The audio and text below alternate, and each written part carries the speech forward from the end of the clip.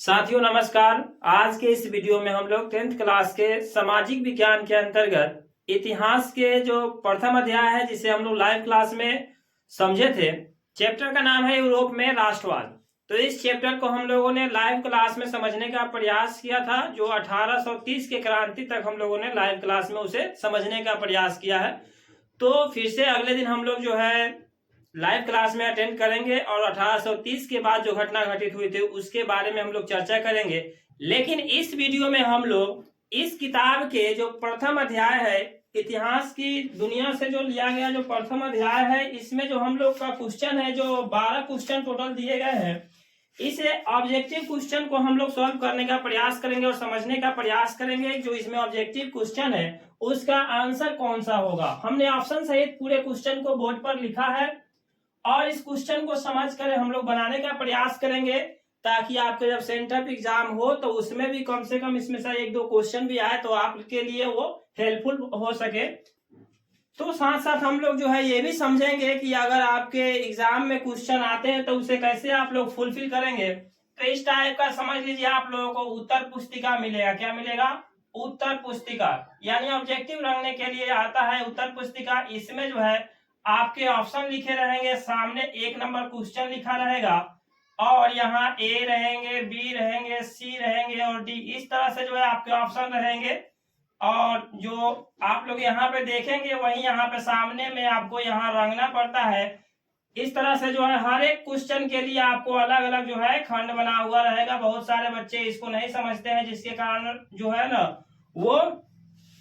कारण इस क्वेश्चन को सही से रंग नहीं पाते हैं और वो गलत करके चले आते हैं। तो हम लोग आज इसी पर चर्चा करने वाले हैं जो फर्स्ट अध्याय है यूरोप में राष्ट्रवाद। अगर आप 10th क्लास के विद्यार्थी हैं तो आपके पास ये बुक जो होगा जरूर होगा, इतिहास की दुनिया, और इसी का जो फर्स्ट चैप्टर है उसका नाम है यूरोप में राष्ट्रवाद। यूरोप में राष्ट्रवाद, और यही चैप्टर से हम लोगों का जो 12 ऑब्जेक्टिव दिए गए हैं इन सभी क्वेश्चनों का हम लोग समझने का प्रयास करेंगे। तो चलिए 1 नंबर क्वेश्चन को हम लोग समझते हैं और इसका आंसर क्या होगा आप लोग भी बताइएगा कमेंट के माध्यम से, क्वेश्चन बाय क्वेश्चन, ताकि आपकी पढ़ाई कहाँ तक हो रही है ये भी पता चल सके हमें। ठीक है, क्वेश्चन को हम लोग समझते हैं। इटली एवं जर्मनी, 1 नंबर क्वेश्चन है कि इटली एवं जर्मनी जो है वर्तमान में किस महादेश के अंतर्गत आते हैं। वर्तमान में इटली और जर्मनी जो है किस महादेश के अंतर्गत आते हैं। तो आपका ऑप्शन है, सॉरी इस पर चेक नहीं मारिएगा, ये ऑप्शन है आपका 1 नंबर कि उत्तरी अमेरिका। 1 नंबर ऑप्शन है उत्तरी अमेरिका, दूसरा ऑप्शन है दक्षिणी अमेरिका और तीसरा ऑप्शन है यूरोप और चौथा ऑप्शन जो है आपका पश्चिमी एशिया है। तो आपका जो राइट आंसर हो जाएगा बच्चों वो हो जाएगा यूरोप में। हम लोगों ने पढ़ा था यूरोप का राष्ट्रवाद जो चैप्टर है यूरोप में राष्ट्रवाद। इस चैप्टर को अगर आप लोग लाइव क्लास का वीडियो नहीं देखे हुए हैं तो उस वीडियो का लिंक जो है मैं इस वीडियो के डिस्क्रिप्शन में डाल दिया हूं, आप यहां से उस पूरे लाइव क्लास को देख लीजिएगा। लाइव क्लास में बेसिकली हम लोग क्या पढ़े थे, फिजिक्स पढ़े थे, फिजिक्स और पढ़े थे हम लोग क्या, हिस्टोरी पढ़े थे, है ना, यानी इतिहास पढ़े थे। 2 सब्जेक्ट का क्लास चलता है डेली लाइव का। 7 बजे जो है ना रात को 7 PM पे क्लास चलता है और इस क्लास में आपको हम हर सब्जेक्ट की तैयारी कराते हैं। तो आप लोग लाइव क्लास से भी जुड़िए और जो वीडियो इस चैनल पर डाला जाता है उसे आप समझ करके पढ़ने का प्रयास कीजिए, क्वेश्चन लिख कर याद करने का प्रयास कीजिए। तो इसका जो कंफर्म आंसर जो होगा यानी राइट आंसर वो यूरोप में राष्ट्रवाद का जो फर्स्ट एक्सरसाइज का क्वेश्चन जो है कि इटली एवं जर्मनी वर्तमान में किस महादेश के अंतर्गत आते हैं, तो इसका आंसर हो जाएगा यूरोप। तो 1 नंबर का आंसर कौन सा हो गया, सी। तो यहाँ पे आप लोग 1 नंबर के उत्तर पुस्तिका में सी को क्या कर देंगे, कलर कर देंगे आप लोग। तो इस तरह से आप अगर कलर करते हैं तो अच्छा रहेगा आपके लिए। दूसरा क्वेश्चन है कि फ्रांस में किस शासक वंश की पुनर्स्थापना वियना कांग्रेस द्वारा की गई थी। इसका दूसरा क्वेश्चन जो है, क्वेश्चन कह रहा है, बुक में आप लोग भी देखिए हम भी देख रहे हैं कि फ्रांस में किस शासक वंश की पुनर्स्थापना वियना कांग्रेस के द्वारा किया गया था। तो लाइव क्लास अगर आप लोग नहीं देखे, अगर देखे रहते तो आपको पूरा पता होता। ऑप्शन देख लीजिए, हैबसबर्ग है, दूसरा ऑप्शन है ऑस्ट्रेलिया वंश और ऑर्लिया वंश है, ऑर्लिया वंश, और तीसरा नंबर है ब्रूबो वंश और चौथा जो ऑप्शन है जारसाई। तो आपका जो राइट आंसर होगा सी होगा। दूसरा नंबर का जो राइट आंसर होगा सी। तो आप इसे भी क्या कर लेंगे, इसको भी आप लोग सी नंबर ऑप्शन को रंग देंगे। ऐसा नहीं कि एक नंबर सी रंग दूसरा नंबर सी तो तीसरा नंबर भी आपका क्या होगा, सी होगा, ऐसा गलती नहीं करेंगे, ठीक है। चौथा क्वेश्चन है, सॉरी तीसरा क्वेश्चन है कि मेजनी का संबंध किस संगठन से था। तो मेजनी का संबंध जो था, आप लोग अगर वीडियो देखे रहते हैं लाइव क्लास का तो आपसे सब क्वेश्चन बन जाता है, हालांकि हम लोग समझते चलते हैं। तो इसमें जो फर्स्ट ऑप्शन है लाल सेना, दूसरा है कार्बोनारी, तीसरा है फिलिप हेटारिया और चौथा जो है ना ये डायट है। तो इसका ऑप्शन जो था मेजनी जो था, इसका संबंध जो था कार्बोनारी से था। किससे था, कार्बोनारी से, समझ गए, कार्बोनारी से इसका संबंध था। तीसरा नंबर का कौन हो गया, बी, तीसरा नंबर का बी हो जाएगा। तो यहाँ पे आप बी को क्या कर देंगे, रंग देंगे। उत्तर पुस्तिका में आप लोग रंगते चलेंगे इस तरह से। यही आपको प्रैक्टिस जो है ना, इसी तरह से फाइनल एग्जाम में आपको आंसर शीट अलग मिलेगा और क्वेश्चन अलग मिलेंगे, आपको इस पे रंग कर देना होगा उनको, ठीक है। तो इस बात को भी ध्यान में रखते चलेंगे आप लोग, ठीक है। 4 नंबर में भी इस तरह से क्वेश्चन आएंगे आपको ऑप्शन के साथ में ए, बी, सी और डी, ठीक है। 5 नंबर भी ऐसे ही आएगा ऑप्शन में कि ए, बी और सी और डी, ठीक है। इस तरह से ऑप्शन रहेंगे आपके सामने। तो इस तरह से आपको क्या करना पड़ेगा, कलर करना पड़ेगा, रंगना पड़ेगा। चौथा क्वेश्चन है कि इटली एवं जर्मनी के बीच निम्न में कौन है। इटली और जर्मनी दो देश है, इसके बीच में कौन सा, इसके मध्य में कौन सा देश है। आप लोग भी क्वेश्चन देखिए बोर्ड पर, अगर आपके पास अगर बुक है तो आप लोग क्वेश्चन देख सकते हैं कि इटली एवं जर्मनी जो है वर्तमान में, इटली एवं जर्मनी के एकीकरण के विरुद्ध में, क्वेश्चन थोड़ा सा इटली एवं चौथा नंबर क्वेश्चन को थोड़ा सा इसमें मिस्टेक हो गया है, आप लोग लिख लीजिएगा। इटली एवं जर्मनी के बीच जो है ना एकीकरण के बीच जो लिखना चाहिए, या यहाँ पे लिखा गया क्वेश्चन गलती, आप लोग इस क्वेश्चन को काट दीजिए, यहाँ लिख लीजिए कि इटली एवं जर्मनी के एकीकरण के विरुद्ध, विरुद्ध का मतलब समझते हैं ना, खिलाफ, निम्न में से कौन है। ये बुक हम अपने साथ इसलिए रखे हैं ताकि आपका कोई जैसे क्वेश्चन गलती हो गया, लिखा गया बोर्ड पर, टाइप करते समय हो सकता है ध्यान, टाइप करते समय सॉरी लिखते समय गड़बड़ हो गया, तो हम लोग बुक इसलिए रखे हैं ताकि आपको जो है मैं पूरा समझा सकूं क्वेश्चन क्या है, आप लोग भी मिला सके, इसके लिए मैंने बुक रखा हूं, ठीक है। तो कहना चाह रहा क्वेश्चन कि इटली और जर्मनी जब चाहता था कि हमारा एकीकरण हो जाए, एक हो जाए, तो उसके विरुद्ध में होता है, जैसे क्या होता है ना, विरुद्ध यानी दुश्मन जो होता है एक होने नहीं देता है, ठीक है। आपके घर में अगर फैमिली में किसी मेंबर से झगड़ा हो गया, भाई भाई में झगड़ा हो गया, तो दुश्मन जो होगा हावी होगा, दोनों को नहीं चाहेगा कि फिर से एक दूसरा होकर इसका परिवार फिर से फले फूले, ठीक है। तो इसके विरुद्ध में कौन सा देश था, तो इसके विरुद्ध में जो था ऑस्ट्रिया था। ऑप्शन तो है इंग्लैंड, रूस और ऑस्ट्रिया और प्रूसिया, तो इसका विरुद्ध में जो था ऑस्ट्रिया था। चौथा नंबर का आंसर जो होगा ऑस्ट्रिया, आप लोग चेक मारेंगे ऑस्ट्रिया क्या नंबर पे है, सी नंबर पे है, तो आप लोग क्या करेंगे, सी नंबर को कलर कर देंगे। माफी चाहते हैं क्योंकि उस समय लिखते समय मेरा ध्यान कहीं हो सकता है कि नहीं गया हो, तो 4 नंबर क्वेश्चन गलत हो गए थे, इसलिए मैंने बुक भी रखा हूं साथ में ताकि कोई गलती हो तो मैं सुधार कर समझा सकूं। 5वां क्वेश्चन है कि काउंट काबुल को विक्टर इमैनुअल ने किस पद पर नियुक्त किया। काउंट काबुल को विक्टर इमैनुअल ने किस पद पर नियुक्त किया। ऑप्शन है 1 नंबर की सेनापति, फ्रांस के राजदूत, दूसरा ऑप्शन है, तीसरा ऑप्शन जो है आपका प्रधानमंत्री और चौथा है गृह मंत्री। तो इस ऑप्शन में आपको बताना पड़ेगा कि कौन सा है। अगर आप लाइव क्लास अटेंड किए होंगे तो आपको पता होगा एकदम कि किस तरह का ये क्वेश्चन है, कहां से क्वेश्चन सेट किया गया है, ठीक है। तो ये जो है ना विक्टर इमैनुअल को ऑप्शन नंबर सी यानी प्रधानमंत्री पद पर विक्टर इमैनुअल जो है ना काउंट काबुल को प्रधानमंत्री पद के लिए नियुक्त किया था। 6ठा क्वेश्चन है कि गैरीबाल्डी जो था पेशे से क्या था। गैरीबाल्डी पेशे से क्या था। ये क्वेश्चन आपके सेंटर एग्जाम के लिए बीवीआई क्वेश्चन है, यानी का ही चांस है, पूरा गारंटी है कि ये क्वेश्चन आपके एग्जाम में देखेंगे आप। जैसे क्वेश्चन पेपर 1 या 2 पेज जब पलटेंगे तो आपको ये क्वेश्चन जो है मिल जाएंगे। तो इसका ऑप्शन है सिपाही था कि किसान था या जमींदार था या नाविक था।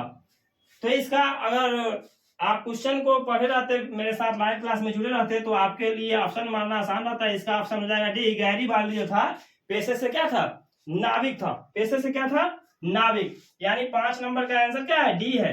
तो आप लोग क्या करेंगे, डी को यहाँ पे कलर कर देंगे।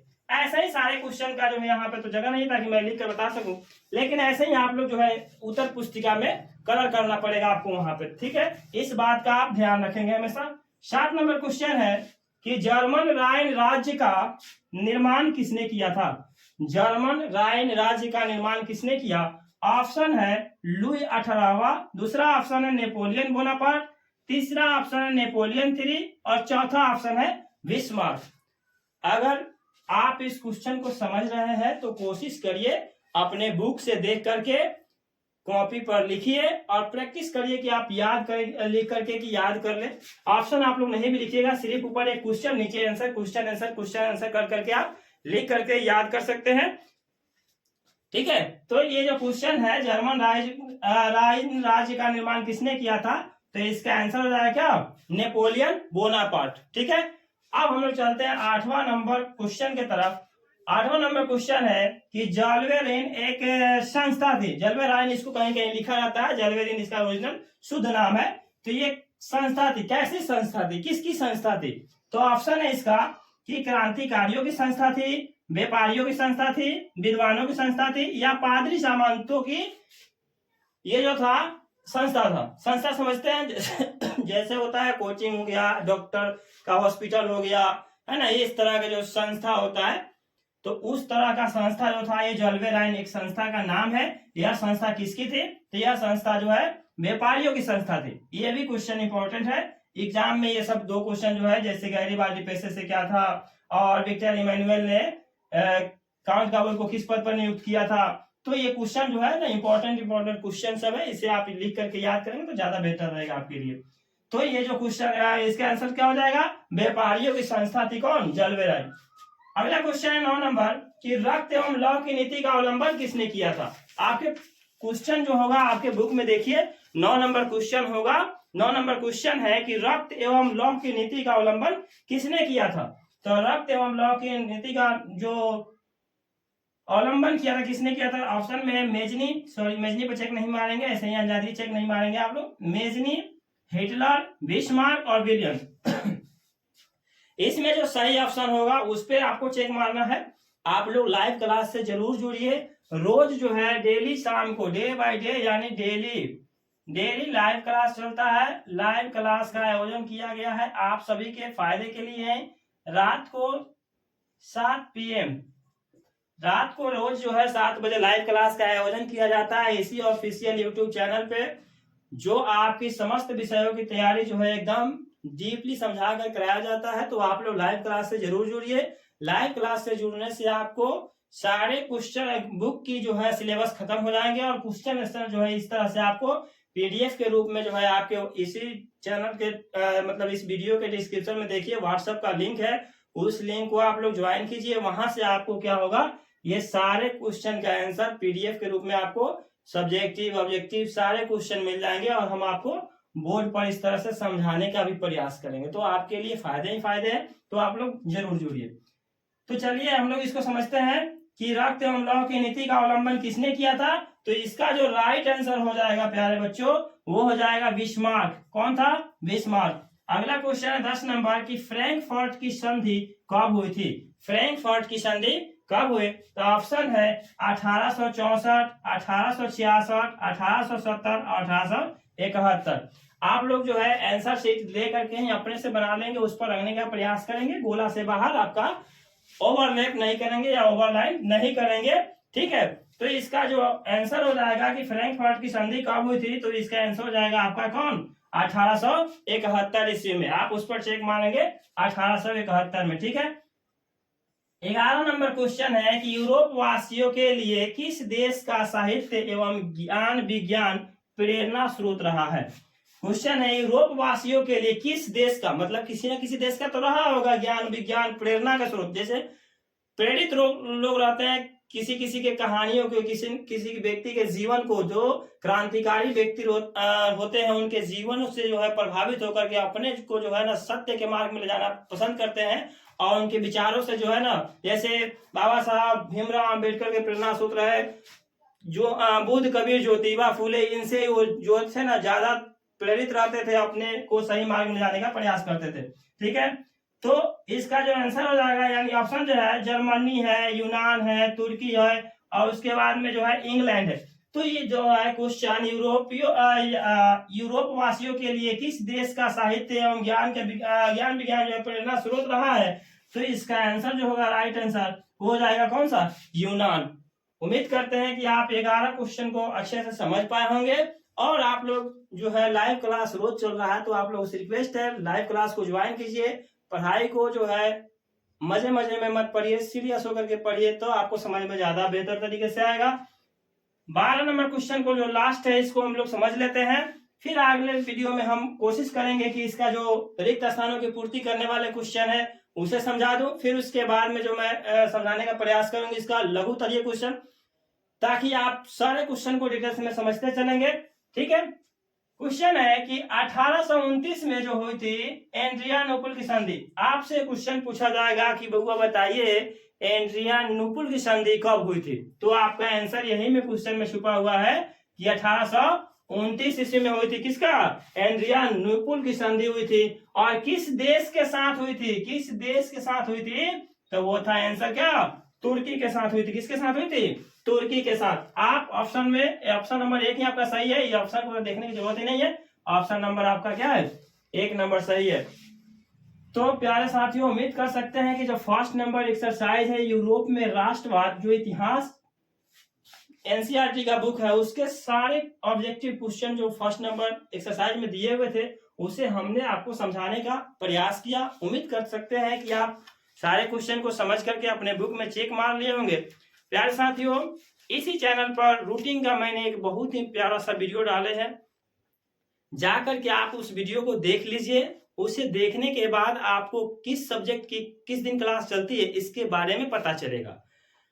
और जब आप देखेंगे वीडियो को तो कोशिश करेंगे कि एक पेज पर आप उस रूटीन को लिखिए और उस रूटीन के अनुसार रोज जो है शाम को 7 बजे आपकी क्लास फ्री में यूट्यूब पर हर सब्जेक्ट की पढ़ाई के लिए यह चैनल बनाया गया है। मतलब बच्चे ने बहुत सारा डिमांड किए कि बस सर हमारे लिए आप एक क्या कीजिए, लाइव क्लास का आयोजन कीजिए जिसमें मैं शाम के वक्त में भी पढ़ सकूं।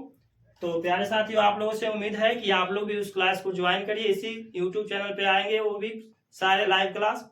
तो आप लोग चैनल को सब्सक्राइब कीजिए, वीडियो को लाइक तथा शेयर कीजिए अपने दोस्तों के साथ, और कोशिश कीजिए कि उनके लिए भी मैंने कुछ सोचा है। और इतना तो आप कर ही सकते हैं, वीडियो को शेयर कीजिए। और मिलते हैं हम लोग फिर से लाइव क्लास में 7 बजे। तब तक के लिए धन्यवाद। जय हिंद।